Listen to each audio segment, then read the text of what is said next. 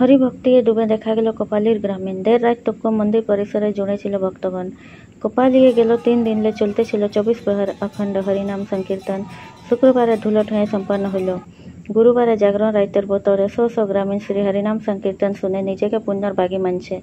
श्री हरि कीर्तन आयोजन समिति दिगेल जागरण राइतर बतौर विशाल भंडारार आयोजन करा हयेछिलो। যথায় प्रसादे खिचड़ी खीर संगे सब्जी पुड़ी और स्वादिष्ट व्यंजन भोजन भक्तरा करल। हरिनामे सकल मिलाय 6टा कीर्तन दल आसिछिलो बंगालेर बाँकुड़ा पुरुलिया साथे साथे झारखंडेर पूर्वी सिंहभूम जिलार चांडिलेर खगेन चंद्र महतो रिपोर्ट।